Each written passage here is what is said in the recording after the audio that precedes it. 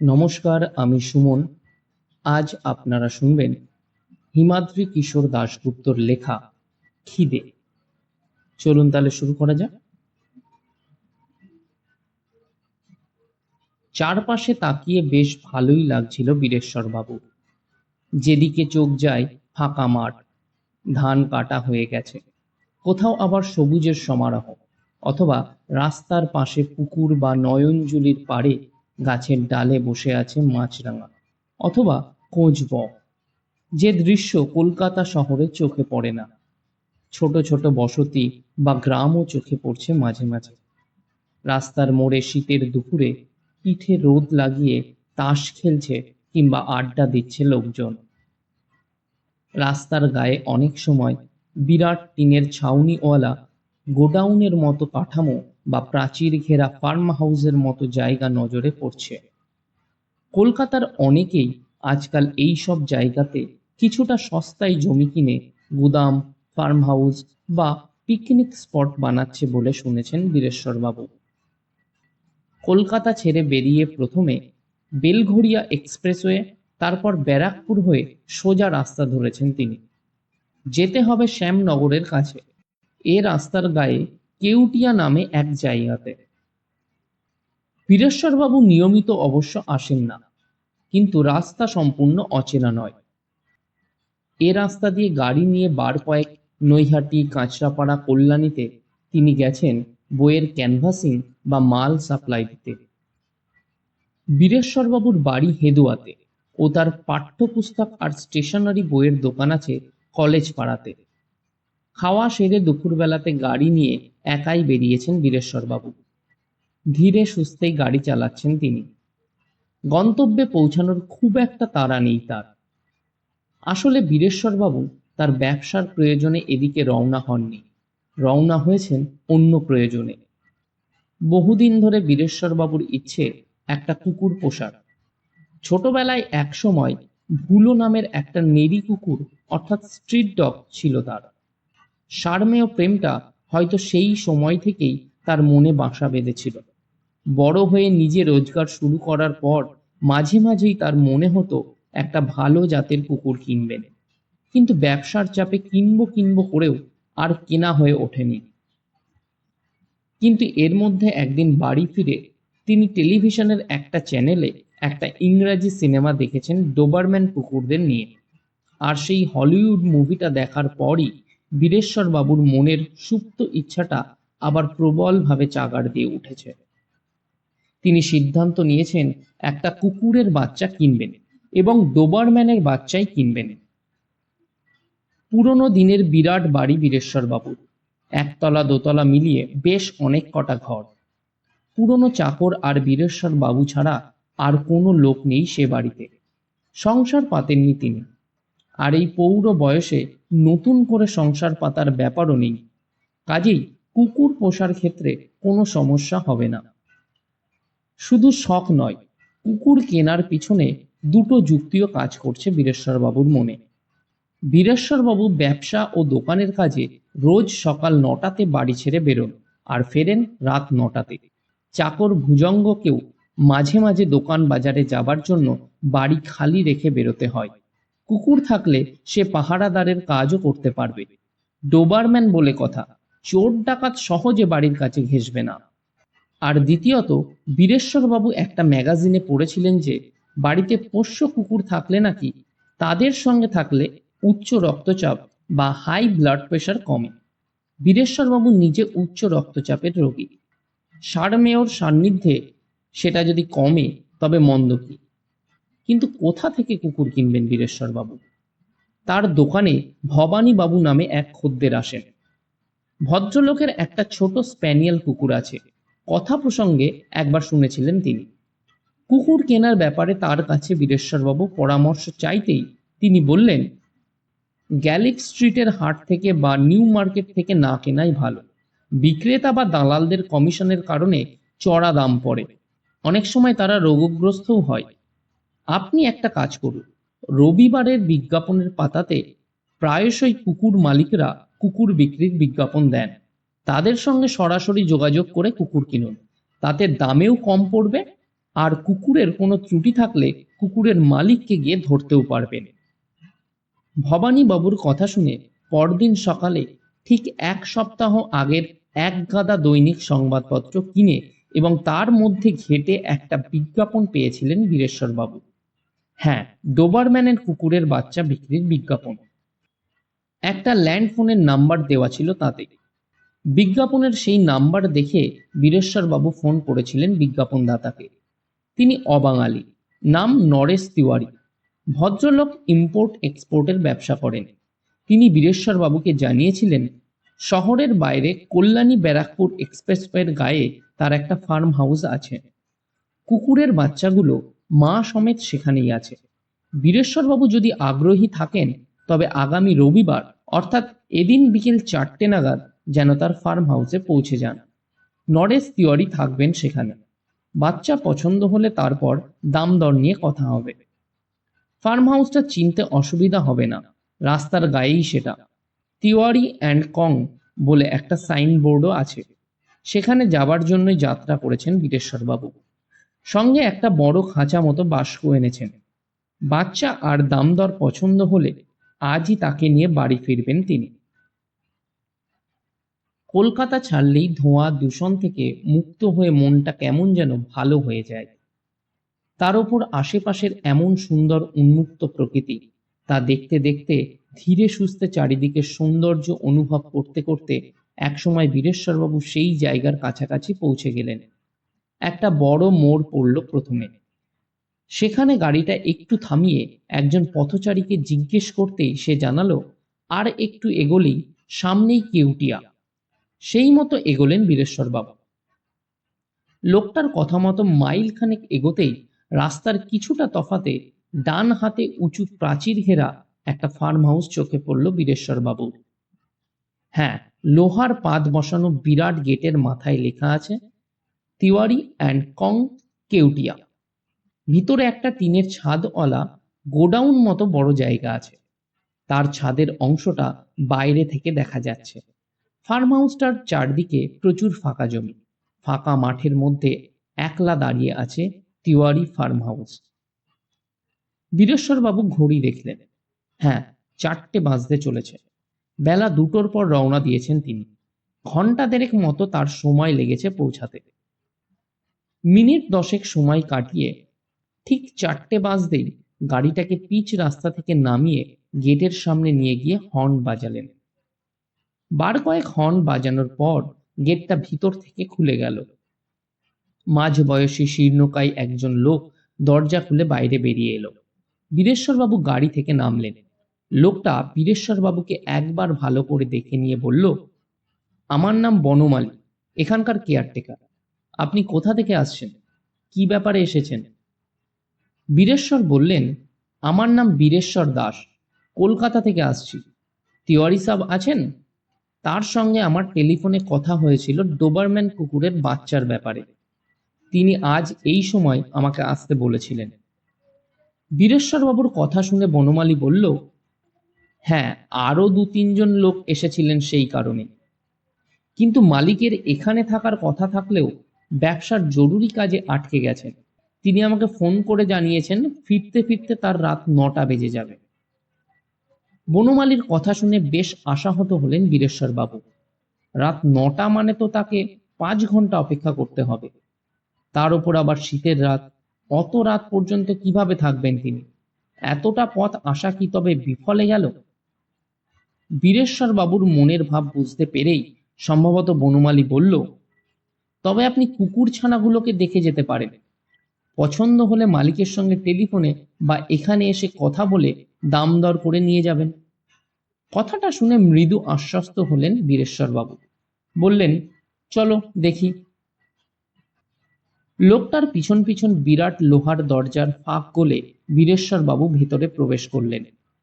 ভিতরে বিরাট জমিটার ঠিক মাঝখানে টিনের দেওয়াল আর টিনের ছাদওয়ালা গোডাউনের মতো বাড়িটা দাঁড়িয়ে। প্রাচীরের ভিতর বেশ কিছু গাছ, এমনকি একটা গ্রিন হাউস চোখে পড়লেও চারপাশে ছড়িয়ে ছিটিয়ে থাকা বড় বড় যন্ত্রাংশ, প্যাকিং বাস্ক ইত্যাদি দেখে বীরেশ্বরবাবু অনুমান করলেন এ জায়গা ব্যবসায়িক প্রয়োজনেই বেশি ব্যবহৃত হয়। বনমালী বীরেশ্বর বাবুকে নিয়ে কিছুটা এগিয়ে প্রবেশ করল সেই বিশাল টিনের বাড়িটার ভিতর। তার ভিতরে পা রাখতেই গোডাউনের শেষ মাথা থেকে একটা কুকুর ডাকতে শুরু করলো, অনেকটা ধমকের স্বরে ডাক। ইংরাজিতে যাকে বলে বার্কিং, ডোবারম্যানের ডাক। বনমালী নামের লোকটা বলল, ওদের ঘ্রাণ শক্তি আর কান কি তীক্ষ্ণ দেখেছেন? ডোবারম্যান বলে কথা।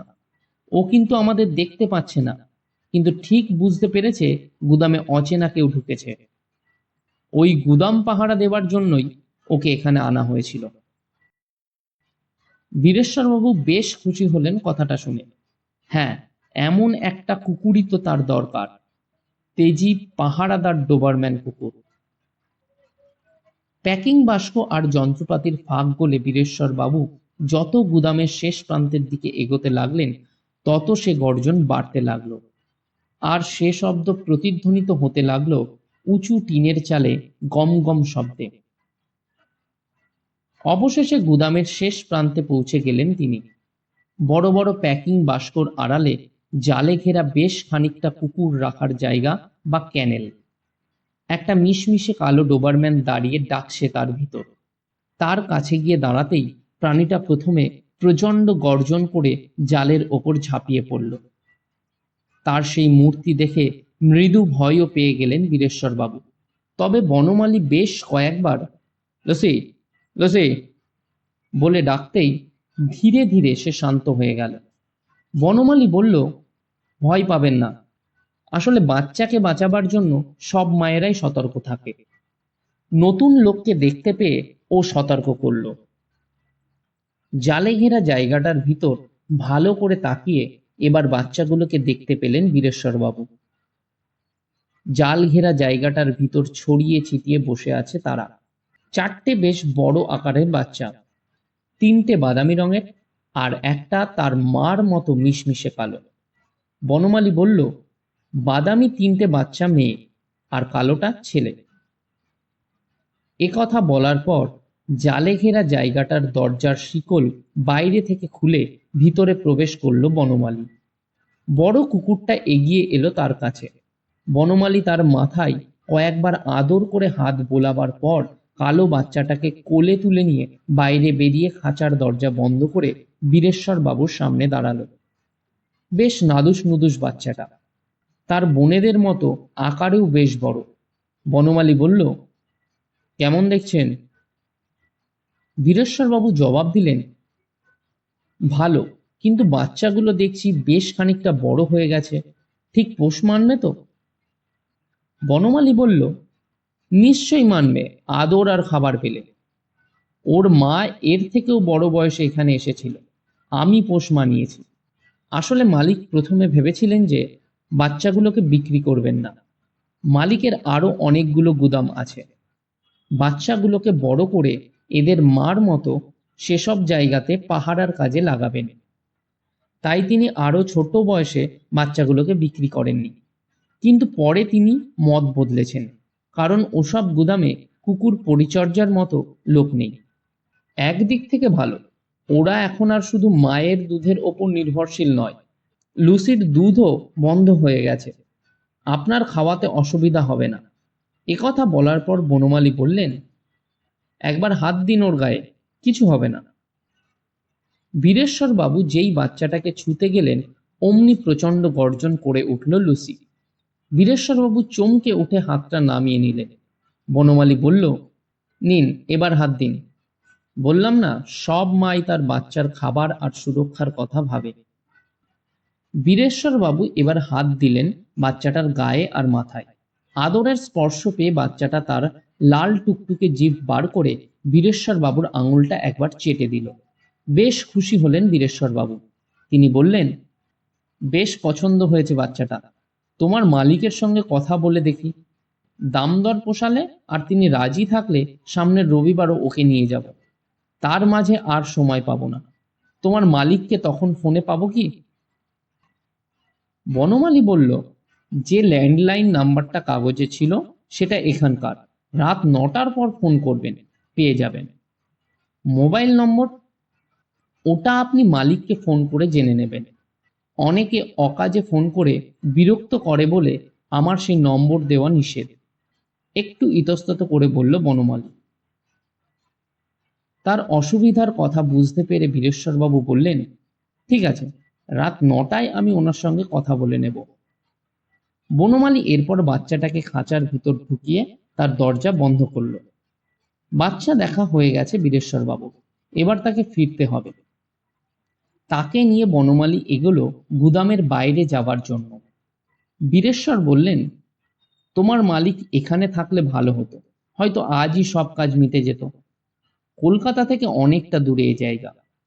কথাটা শুনে বনমালী বলল, হ্যাঁ, আসলে মালিকের অনেক বড় ব্যবসা, খুব ব্যস্ত থাকেন।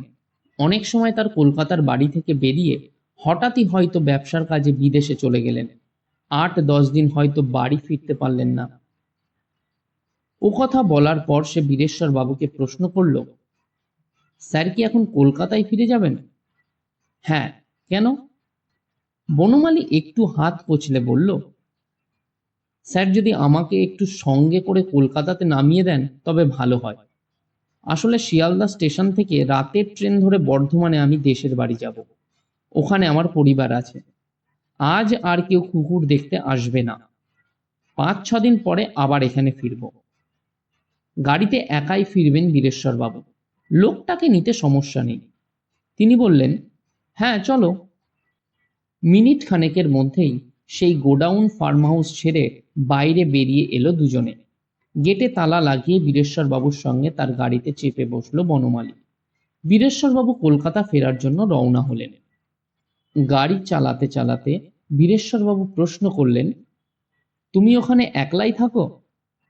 সে জবাব দিল, হ্যাঁ স্যার, তবে কখনো কখনো মালিক এসে থাকেন। গুদামের পিছনে একটা ছোট্ট বাড়ি আছে, সেখানে এসি বসানো ঘর আছে মালিকের থাকার জন্য। বীরেশ্বরবাবু বললেন, অত বড় ফাঁকা জায়গাতে একলা থাকতে অসুবিধা হয় না? কাছে পিঠে কোনো লোকজন, ঘর বাড়িও তো দেখলাম না।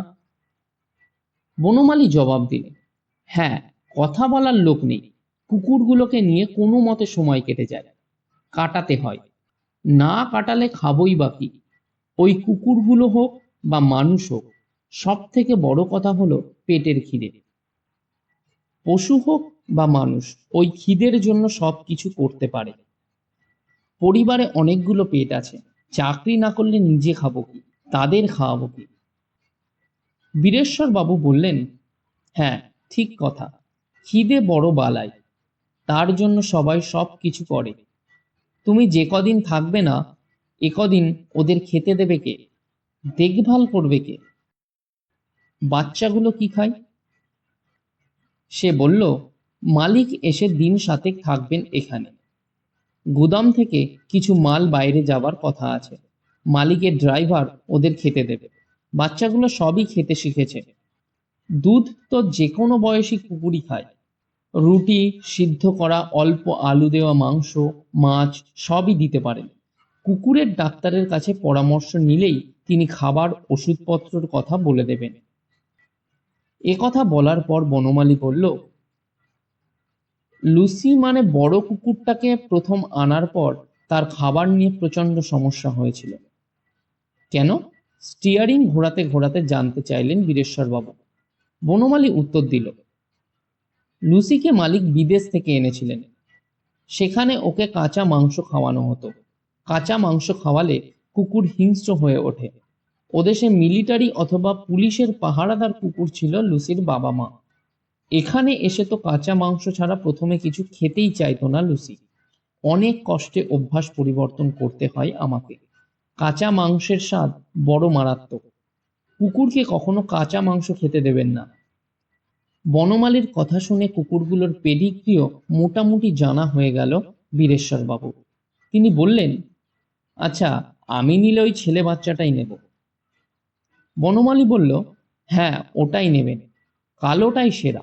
সত্যি কথা বলতে কি, আমার নিজেরই বেশ মায়া পড়ে গেছে ওর ওপর। কুকুর কেনা আর খাওয়ানোর ক্ষমতা থাকলে আমি ওকে নিজের কাছেই রাখতাম। নিজের যদি পেট চলতো তবে কি এত দূরে পড়ে থাকতাম? বীরেশ্বরবাবুর হঠাৎ খেয়াল হলো একটা ব্যাপার। তিনি বললেন, আর যারা কুকুর দেখতে এলেন তারা কেউ পছন্দ করে রাখেনি তো কালো বাচ্চাটা?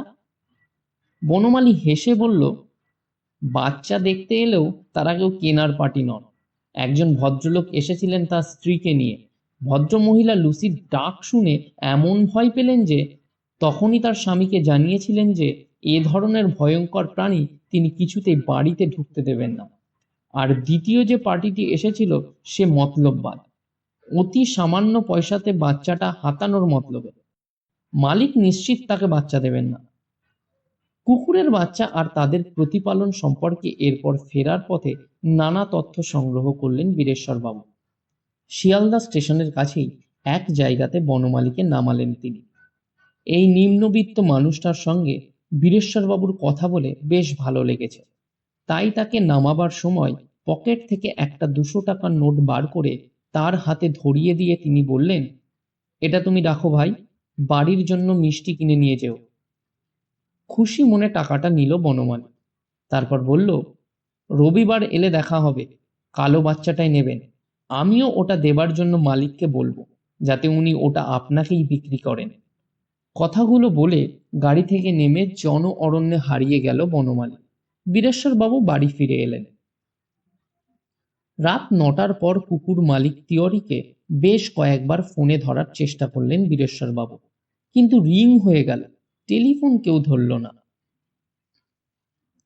বীরেশ্বরবাবুকে তার ব্যবসার কাজ একাই সামলাতে হয়। দোকান চালানো, অর্ডার ধরা, অর্ডার সাপ্লাইয়ের জন্য নানা জায়গাতে দৌড়ঝাঁপ করতে হয়। রবিবার ছাড়া সারাদিন অন্য কোনো কাজের বিশ্রামের ফুরসতই পান না তিনি। আর এ সপ্তাহে কাজের প্রচুর চাপও ছিল তার। তবু তারই মধ্যে তিনি গত রবিবারের পর আরো 3 দিন বিভিন্ন সময় টেলিফোন করেছিলেন সেই কুকুর মালিককে, কিন্তু কোনোবারই তিনি তার নাগাল পাননি।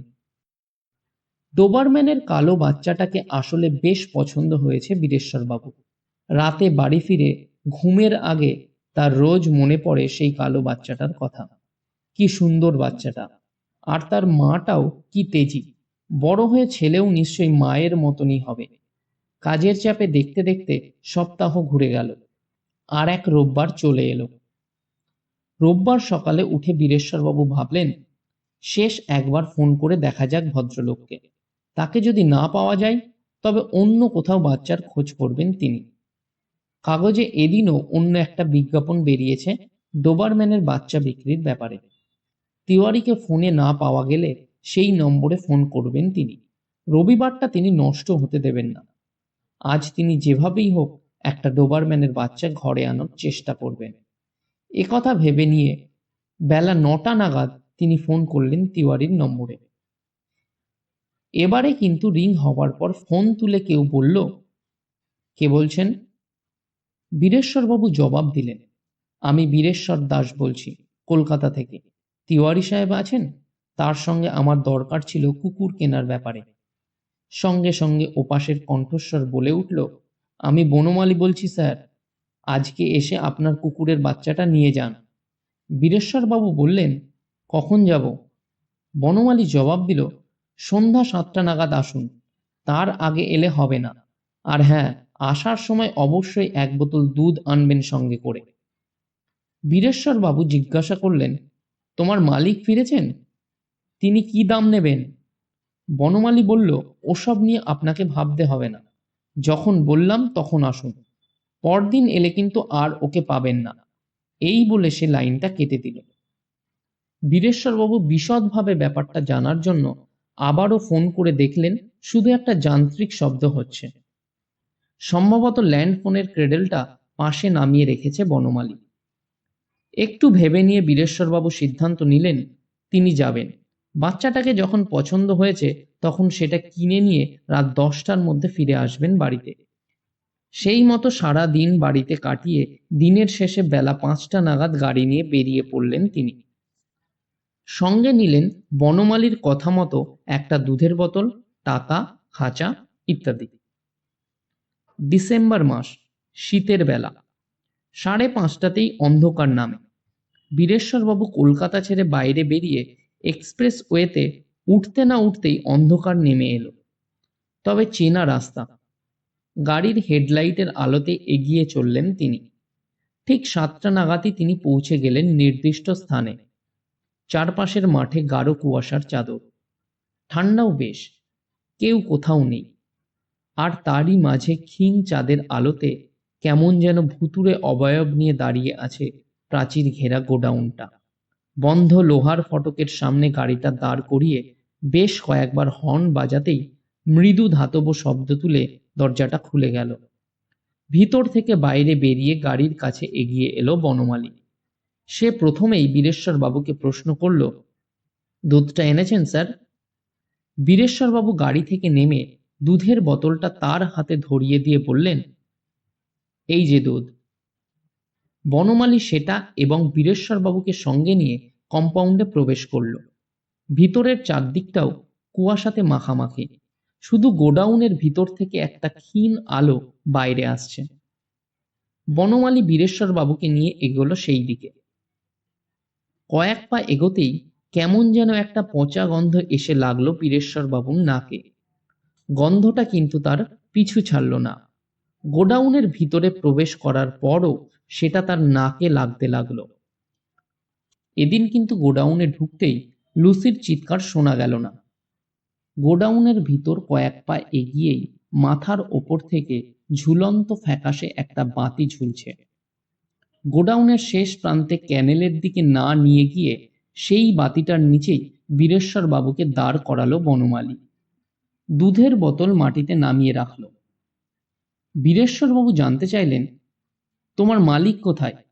বনমালী জবাব দিল, তিনি এখানে নেই, বিদেশে আছেন, ফেরার ঠিক নেই। টেলিফোনের লাইন পাওয়াও খুব সমস্যা। তবে বিদেশ থেকে বৃহস্পতিবার সকালে তিনি আমাকে ফোন করেছিলেন। ওদিন রাতেই আমি তড়িঘড়ি এখানে চলে এলাম। একথা বলে সে জায়গাতে বীরেশ্বর বাবুকে দাঁড় করিয়ে রেখে বনমালী কোথায় যেন চলে গেল প্যাকিং বাস্কর আড়ালে। মাথার ওপরের ঝুলন্ত হলদেটে আলো বিশাল গোডাউনের সর্বত্র পৌঁছাচ্ছে না। বিশেষত যেদিকে ঘরের মতো খাঁচাটা আছে সেদিকে ডুবে আছে জমাট বাঁধা অন্ধকার। লুসি নামের মা কুকুরটা নেই নাকি? সে ডাকছে না কেন? আর সেদিক থেকে কিছুক্ষণের মধ্যে কুকুরের বাচ্চাটাকে কোলে করে বনমালী ফিরে এলো। তার এক হাতে কলাই করা থালাও আছে। ডোবারম্যানের বাচ্চাটাকে মাটিতে নামিয়ে তার সামনে থালাতে দুধ ঢালতেই বাচ্চাটা চোঁ চোঁ করে দুধ চাটতে লাগলো। খয়াটে আলোতে তিনি যতটুকু খেয়াল করলেন তাতে গত দিনের তুলনায় বাচ্চাটাকে বেশ শীর্ণ মনে হলো। তাই বীরেশ্বরবাবু জানতে চাইলেন, কেমন যেন একটু রোগা দেখাচ্ছে বাচ্চাটাকে। বনমালী জবাব দিল, হ্যাঁ, তা একটু হয়েছে। কিছুক্ষণের মধ্যেই দুধটা শেষ করে ফেলল বাচ্চাটা। বনমালী বলল, যাক, নিশ্চিন্ত হওয়া গেল। এতটা পথ যাবে, বাড়িতে গিয়ে আবার খেতে দেবেন। বীরেশ্বরবাবু বললেন, তা তো বুঝলাম, কিন্তু টাকা পয়সার ব্যাপারটা এবার বলো। মালিক কি দাম বলেছেন? তাকে অবাক করে দিয়ে বনমালী বলল, টাকা দিতে হবে না, এমনি নিয়ে যান। বীরেশ্বরবাবু বললেন, এমনি নিয়ে যান মানে? সে আবার হয় নাকি? বনমালী বাচ্চাটাকে কোলে তুলে নিয়ে বলল, হ্যাঁ, এমনিতেই নিয়ে যান। মালিক বলেছেন তিনি খুব ব্যস্ত, কুকুর নিয়ে আর মাথা ঘামাতে পারবেন না। এই গোডাউন ভেঙে কালকের থেকেই এখানে রিসর্ট বানানোর কাজ শুরু হবে। তার আগে কুকুরগুলোকে বিদায় করতে হবে। এ ব্যাপারে যাবতীয় সিদ্ধান্ত নেবার ভার তিনি আমাকেই দিয়েছেন। বীরেশ্বরবাবু বললেন, তবে তোমাকে কত টাকা দিতে হবে বলো? বনমালী কথাটা শুনে মৃদু হেসে বললেন, টাকা তো আপনি সেদিন আমাকে এমনিতেই দিয়েছেন বিনা কারণেই, আজ আর দিতে হবে না। বীরেশ্বরবাবু বললেন, সে তো মাত্র 200 টাকা, কিন্তু আমি যতটুকু খবর নিয়েছি তাতে এই কুকুরের দাম কমপক্ষে 8-10 হাজার। সে টাকাটা তুমি নাও। বনমালী বলল, আপনি ভালো মানুষ, 200 টাকাই বা বিনা কারণে এ যুগে কে কাকে দেয়? আপনি দিয়েছেন। আপনাকে আমি বলছিলাম না যে আমি এই বাচ্চাটাকে খুব ভালোবেসে ফেলেছি? ক্ষমতা থাকলে নিজে ওকে পুষতাম। আপনার কাছে থাকলে ও যত্নে থাকবে, অন্তত ভরপেট খেতে পাবে। খিদে বড় মারাত্মক জিনিস, সে মানুষ হোক বা অবলা প্রাণী, সবার কাছেই। এ কথা বলে বীরেশ্বর বাবুকে কিছু বলার সুযোগ না দিয়ে বাচ্চাটাকে তার কোলে তুলে দিল বনমালী। বীরেশ্বরবাবু তবুও মৃদু প্রতিবাদের চেষ্টা করে বললেন, না, এটা ঠিক হচ্ছে না, কিছু টাকা অন্তত তুমি রাখো।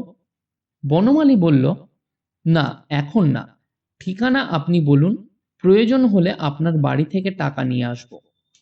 বীরেশ্বরবাবু বললেন, আমার নাম তো তুমি জানোই, হেদুয়া পার্কের ঠিক পিছনেই পুরনো দিনের লাল রঙের দোতলা বাড়ি, কাউকে বললেই দেখিয়ে দেবে।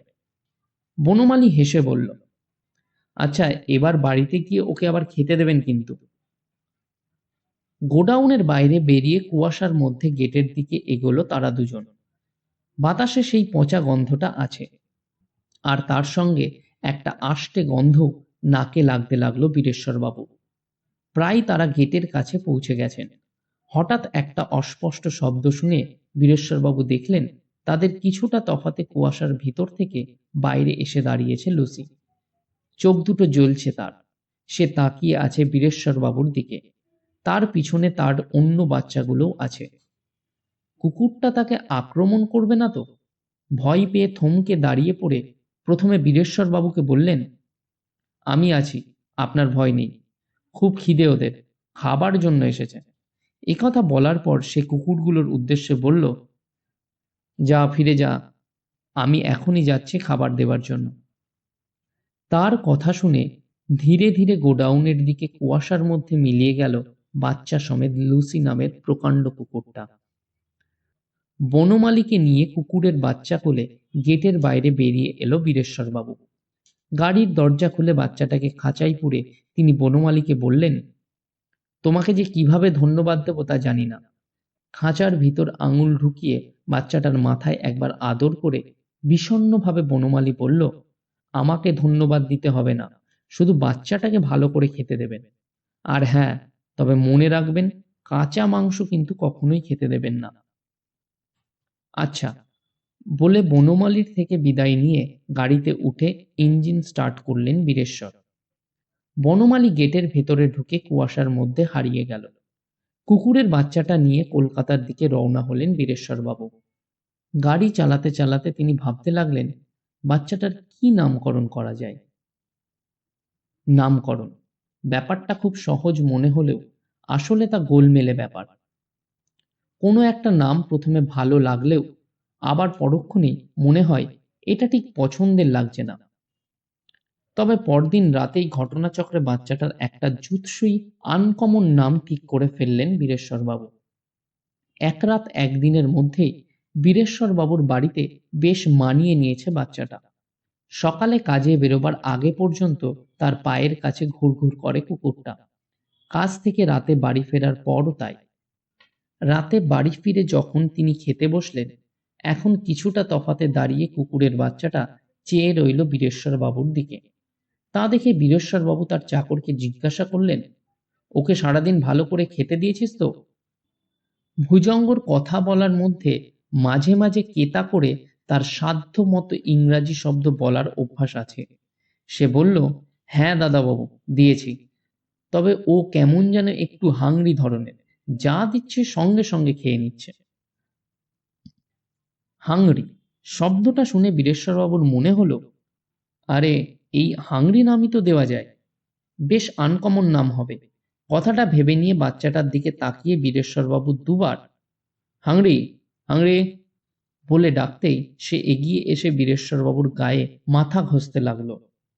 বাচ্চাটার নাম হলো হাংরি, ক্ষুধার্ত। মঙ্গলবার সকালে উঠে চা, বিস্কুট আর খবরের কাগজ নিয়ে বসলেন বীরেশ্বরবাবু। যদিও ভোরে ওঠার পরই তাকে খাবার দেওয়া হয়েছে, তবুও হাংরি বীরেশ্বরবাবুর পায়ের কাছে এসে ক্ষুধার্ত ভঙ্গিতে তাকালো প্লেটে রাখা বিস্কুটের দিকে। তা দেখে তিনি তার দিকে একটা বিস্কুট এগিয়ে দিয়ে মনে মনে হেসে বললেন, তোর হাংরি নাম সার্থক। দুরাতেই বীরেশ্বরবাবু বেশ ভালোবেসে ফেলেছেন হাংরিকে। কড়মড় করে বিস্কুট খেতে লাগলো হাংরি, আর বীরেশ্বরবাবু চায়ে চুমুক দিয়ে মনোনিবেশ করলেন সংবাদপত্রের পাতাতে। হঠাৎই দ্বিতীয় পাতাতে একটা অদ্ভুত খবরে চোখ আটকে গেল বীরেশ্বরবাবু। খবরের শিরোনাম লেখা, কুকুর ছিঁড়ে খেলো মানুষকে। বীরেশ্বরবাবু দ্রুত খবরটা পড়তে শুরু করলেন। নিজস্ব সংবাদদাতা, সোমবার সকালে একদল ঠিকা শ্রমিক উত্তর ২৪ পরগনার কেউটিয়া গ্রামের এক গোডাউনে কাজ করতে গিয়ে একজন লোকের মৃতদেহ উদ্ধার করেছে। ওই গোডাউনে প্রতিপালিত একটি ডোবারম্যান কুকুর আর তার বাচ্চারা সেই হতভাগ্য ব্যক্তিকে মেরে তার মাংস খেয়েছে। মৃতপ্রায় সেই ডোবারম্যান কুকুর আর তার বাচ্চাদের সন্ধান মিলেছে গোডাউনেই। পুলিশ অনুসন্ধান করে যা জানতে পেরেছে তা হল, মৃতের নাম বনমালী দাস, বাড়ি বর্ধমান। গত রবিবারের আগের রবিবার সে বর্ধমানের বাড়িতে ফিরেছিল। সেদিনই গোডাউনের মালিক কলকাতার বাসিন্দা নরেশ তিওয়ারির ওই গোডাউনের ফেরার কথা ছিল, কিন্তু ব্যবসায়িক কাজে তাকে হঠাৎ বিদেশ চলে যেতে হয়। বিদেশ থেকে কেয়ারটেকার বনমালীর সঙ্গে যোগাযোগ করতে 4 দিন লেগে যায়। মালিকের নির্দেশে বৃহস্পতিবার রাতেই তিনি ওই গোডাউনে ফিরে যান। কুকুরগুলোর দেখভাল তিনিই করতেন। পুলিশের অনুমান, গোডাউনের ভিতর বনমালী ক্যানেলের দরজা খুলতেই 5 দিন অভুক্ত থাকার কারণে হিংস্র ক্ষুধার্ত হয়ে থাকা বিরাট মা ডোবারম্যান কুকুরটা তার ওপর ঝাঁপিয়ে পড়ে টুটি ছিঁড়ে হত্যা করে তাকে। তারপর বাচ্চাদের নিয়ে খেতে শুরু করে হতভাগ্য ব্যক্তির মাংস। পোস্টমর্টমের রিপোর্টও সমর্থন করছে পুলিশের বয়ান। মৃতদেহ পরীক্ষা করে তারা জানিয়েছেন যে অন্তত 3-4 দিন আগে মৃত্যু হয়েছে লোকটার। তবে কুকুরটার 4টে বাচ্চার মধ্যে একটা বাচ্চার কোনো খোঁজ মেলেনি। খবরটা পড়ে স্তম্ভিত হয়ে গেলেন বীরেশ্বরবাবু। খবরটা ভয়ঙ্কর তাতে সন্দেহ নেই, কিন্তু তার থেকেও মাথা গুলিয়ে দেওয়া অন্য একটা প্রশ্ন। যদি বৃহস্পতিবার বনমালীর মৃত্যু হয়ে থাকে, তবে রবিবার রাতে সে কিভাবে বাচ্চাটা তার হাতে তুলে দিল? বীরেশ্বরবাবু হতভম্বের মতন তাকালেন হাংরির দিকে। সেও তাকিয়ে আছে বীরেশ্বরবাবুর দিকে। তার ভাবটা এমন, আমি সব জানি। না, বীরেশ্বরবাবু হাংরিকে অন্য কোথাও সরিয়ে দেননি। তার বেশ মায়া পড়ে গেছিল হাংরির ওপর। হাংরি এখন পূর্ণাঙ্গ একটা ডোবারম্যান, শক্ত সমর্থ বিরাট একটা কুকুর, বীরেশ্বরবাবুর একান্ত অনুগত্য। শুধু একদিন নিজের নখ ব্লেড দিয়ে কাটার সময় আঙুল কেটে বীরেশ্বরবাবুর 2 ফোঁটা রক্ত পড়েছিল মাটিতে, আর সেই রক্তর ফোঁটার দিকে কেমন যেন একটা অদ্ভুত দৃষ্টিতে তাকিয়েছিল হাংরি। ব্যাপারটা অবশ্য বীরেশ্বরবাবুর মনের ভুলও হতে পারে। তিনি সঙ্গে সঙ্গে মেঝে থেকে ধুয়ে মুছে ফেলেছিলেন রক্ত। হাজার হোক জীবনে একবার হলেও তো হাংরি কাঁচা মাংস আর মানুষের রক্তর স্বাদ পেয়েছিল। বনমালীর কথা মতো কোনোদিন হাংরিকে কাঁচা মাংস খেতে দেন না বীরেশ্বরবাবু। তবে হাংরির খিদেটা একটু বেশি। আজকের গল্প এই পর্যন্তই। সবাই ভালো থাকবেন, সুস্থ থাকবেন। খুব শীঘ্রই ফিরব আরও একটি গল্প নিয়ে।